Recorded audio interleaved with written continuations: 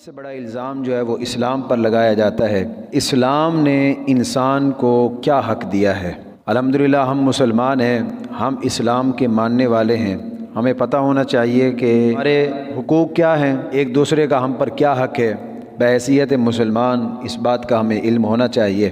میرا رب قرآن مجید فرقان حمید میں ارشاد فرماتا ہے، بے شک دین اللہ کے نزدیک اسلام ہی ہے۔ اسلام کے آنے کے بعد اب اگر بات ہوگی تو دین اسلام کی بات ہوگی، اب اگر بات ہوگی تو جناب رسول اللہ صلی اللہ تعالی علیہ وسلم کے نظام کی بات ہوگی۔ دین اسلام میں انسانی حقوق کو بڑی اہمیت حاصل ہے۔ یہ دین ہمیشہ سے جو ہمدردی کا سبق دیتا ہے، برابری کا سبق دیتا ہے، مساوات کا درس دیتا ہے، اچھے اخلاق کا درس دیتا ہے، اچھے کردار کا درس دیتا ہے، یہ اسلام کا خاصہ ہے، چاہے اپنا ہو چاہے پرایا ہو۔ اسلام کو جو ماننے والے ہیں، اسلام اپنے ماننے والوں سے اس بات کا تقاضا کرتا ہے کہ پاس کوئی غیر ہی کیوں نہ آ جائے تو تم نے اس کے ساتھ اچھے اخلاق، اچھے برتاؤ کا مظاہرہ کرنا ہے، تاکہ وہ تمہارے اخلاق، تمہارے کردار، رسم و رواج کو دیکھ کر وہ اسلام سے اتنا متاثر ہو جائے کہ وہ اپنے دین کو چھوڑ کے اسلام کے دائرے میں داخل ہونے پر مجبور ہو جائے۔ یورپ میں جو ہے وہ انسانی حقوق کی بڑی بات کی جاتی ہے۔ اقوام متحدہ میں جو ہیومن رائٹس کے نام سے ایک قرارداد بھی اس حوالے سے پیش کی گئی۔ اسلام میں ان کو حقوق و العباد کہا جاتا ہے۔ انسانی حقوق کی بڑی بڑی تنظیمیں بھی جو ہے وہ آج کام کر رہی ہیں، لیکن ان کا کام صرف ان کی زبانوں تک محدود ہے اور ورق میں لکھنے تک محدود ہے، عملی طور پر نظر نہیں آتا۔ یورپ نے تو 13ویں صدی میں آ کر اقوام متحدہ کے اندر ایک قرارداد پیش کی ہیومن رائٹس کے نام سے، انسانی حقوق کے نام سے، کہ یورپ والوں نے آ کر تو اب انسانی حقوق کی بات کی نا، لیکن اسلام یہ 1400 سال پہلے ہی ہمیں بتا گیا ایک انسان کے دوسرے انسان پر کون سے حقوق ہیں۔ ماں باپ، بہن بھائی، اولاد، عورتیں، پڑوسی، رشتہ دار، اس کے ساتھ ساتھ وہ کافر جو تمہارے ملک میں معاہدہ کر کے رہتے ہیں، ان کے کیا حقوق ہیں۔ تو یورپ نے آ کر اب 73 سال ان کو ہو گئے ہیں اس قرارداد کو بنائے ہوئے، لیکن اتنی طاقت اور اتنا اختیار ہونے کے باوجود بھی یہ اپنی بنائی ہوئی قراردادوں کو جو ہے وہ نافذ نہیں کرا سکے۔ یہ اسلام ہی ہے جس نے 1400 سال پہلے ہی ہمیں ہر ایک کے حقوق بھی بتا دیے، اور نہ صرف حقوق بتائے بلکہ اس کے بارے میں بڑی سخت تلقین بھی ہمیں کی کہ اگر کوئی بندہ دوسرے کا حق ادا نہیں کرے گا تو اس کو سخت سے سخت جو ہے وہ سزا دی جائے گی، معاشرتی لحاظ سے ہو، مذہبی لحاظ سے ہو، سماجی خدمت کے لحاظ سے ہو۔ اسلام ہمیں ہر چیز کے بارے میں بتاتا ہے۔ اسلام کامل دین ہے، ایک مکمل ضابطۂ حیات ہے۔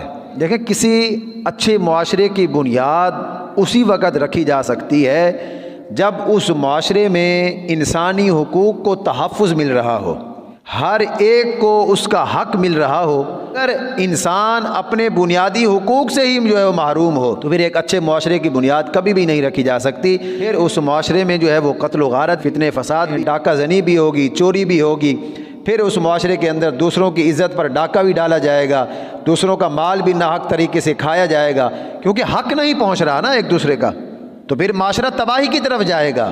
معاشرہ آباد اسی صورت میں ہو سکتا ہے کہ جب ہر ایک بندے کو جو اس معاشرے میں رہتا ہے اس کو اس کے بنیادی حقوق میسر ہوں، اور یہ کس صورت میں ہے؟ یہ صرف اور صرف دین اسلام کی صورت میں ہے۔ یہ اسلام ہی ہے ہر ایک کو اس کا حق کے دروازے تک پہنچاتا ہے۔ یہود و نصارہ کو اسلام کا کتنا درد اٹھتا ہے، کیا یہ قوانین یہ صرف یہودیوں کے لیے ہیں، یہ صرف کافروں کے لیے ہیں؟ مختلف ہیلے بہانے بنا کر دین اسلام اور مسلمانوں پر طرح طرح کی پابندیاں جو ہے وہ لگائی جاتی ہیں۔ کبھی ان کو مسجد سے روکا جاتا ہے، حالانکہ خود قانون بنایا ہے کہ کوئی بھی انسان اس کو اپنے مذہب کے مطابق اپنی عبادت گاہ میں جانے کی اجازت ہے۔ کبھی مسلمانوں کو مسجدوں میں جانے سے روکتے ہیں، کبھی آیات جہاد کو وہ نصاب سلنے کی کوشش کرتے ہیں، کبھی گستاخان رسول کو شریعت کے مطابق سزا دینے کے خلاف وہ بات کرتے ہیں، کبھی آزادی اظہار رائے کی آڑ میں مسلمانوں کے مقدسات پر وہ حملہ کرنے کی کوشش کرتے ہیں کہ ہر انسان کو آزادی حاصل ہے، مسلمانوں کو آزادی حاصل کیوں نہیں ہے؟ وہ اپنی مرضی سے لاؤڈ سپیکر میں تقریر کیوں نہیں کر سکتے؟ اذان کیوں نہیں دے سکتے؟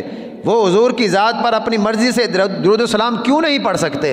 وہ اپنے قرآن کی جہاد کے آیات اپنے تعلیمی نصاب میں شامل کیوں نہیں کر سکتے؟ آزادی اظہار رائے کی آڑ میں اگر ان کی نبی کی شان میں کوئی گستاخی کرے تو وہ اس کے خلاف آواز کیوں نہیں اٹھا سکتے؟ یہ اتنا بڑا ظلم یہ مسلمانوں کے ساتھ کیوں ہے؟ انسانیت یہ صرف کافروں کے لیے ہے، یہ یہودیوں کے لیے ہے، عیسائیوں کے لیے ہے، یہ ہندوؤں کے لیے ہے، مسلمانوں کے لیے کوئی انسانیت نہیں ہے۔ ملک پاکستان میں رہنے والے عیسائی یا ہندو وہ اگر اپنے مذہب کو چھوڑ کر مسلمان ہونا چاہتے ہیں تو ان پر 18 سال سے کم عمر میں اسلام قبول کرنے پر پابندی کیوں لگائی گئی؟ آزادی تو ہر ایک کو ہے۔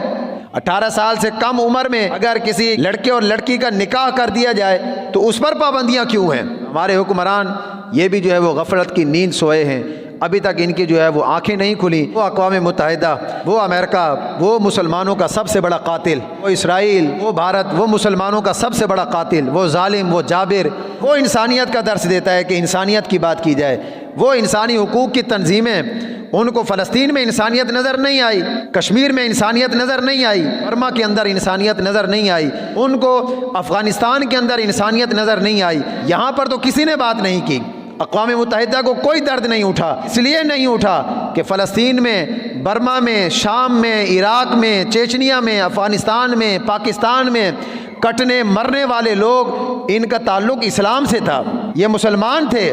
سیالکوٹ کی سرزمین پر پہلے تو ہمیں اس بات کا بھی بڑا افسوس ہے کہ جو ہوا غلط ہوا، لیکن بات یہ ہے کہ ایک غیر مسلم اگر مر جائے تو اس پر پوری دنیا جو ہے وہ ہل جاتی ہے، عالم کفر پورا کانپ اٹھتا ہے، انسانی حقوق کی تنظیمیں بیدار ہو جاتی ہیں، انسان کو ناحق قتل کیا گیا ہے۔ ابھی چند دن پہلے اورنگی ٹاؤن کے اندر ایک ارسلان نامی لڑکا، اس کو جو ہے وہ ایک جعلی مقابلے کے اندر شہید کیا گیا۔ یہاں حقوق کے ادارے جو ہے وہ ان کا ضمیر کیوں نہیں جاگا؟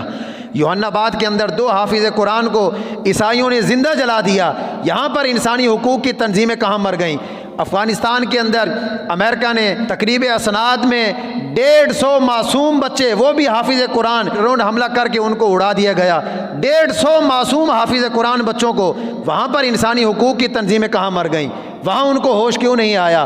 کشمیر کے اندر جو ظلم و ستم ہوا، عراق کے اندر جو ظلم و ستم ہوا، تو وہاں پر بھی کسی کو درد نہیں اٹھتا، اس لیے کہ مرنے والے ان کا تعلق اسلام سے ہے، مسلمان ہیں، وہ یہودی نہیں ہیں، وہ کافر نہیں ہیں۔ نیوزی لینڈ کے اندر مسجد کے اندر ایک بدبخت گھس کر اتنے سارے نمازیوں کو شہید کر دے، اس پر بھی انسانی حقوق کی تنظیمیں جو ہیں وہ سوئی رہیں، گنگی بہری بنی رہیں۔ ڈاکٹر فیا صدیقی مسلمانوں کی بہن، وہ 86 سال قید سن کر امریکہ اس کو یرغمال بنائے، اپنے پاس اس کو رکھے، یہاں انسانیت نہیں ہے، وہ انسان نہیں ہے۔ 86 سال کی اس کو قید کی سزا سنائی گئی، وہ انسان نہیں ہے۔ یہ ثانیہ ساہیوال چلتے ہوئے ایک فیملی کو جعلی مقابلے کے اندر شہید کیا گیا، معصوم ان کے بچے، وہ انسان نہیں تھے، وہاں پر انسانی حقوق کی تنظیمیں کہاں مر گئیں؟